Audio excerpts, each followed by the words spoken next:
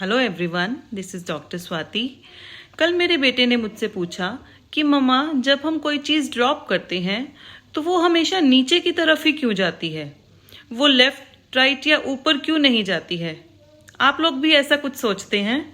तो मैं आपको बताती हूँ कि इसका एक बहुत सिंपल रीज़न है, वो है ग्रेविटी, यानी कि गुरुत्वाकर्षण। Gravity is a natural force that makes the things fall when we drop them. It is a completely natural process. For more such videos, stay tuned.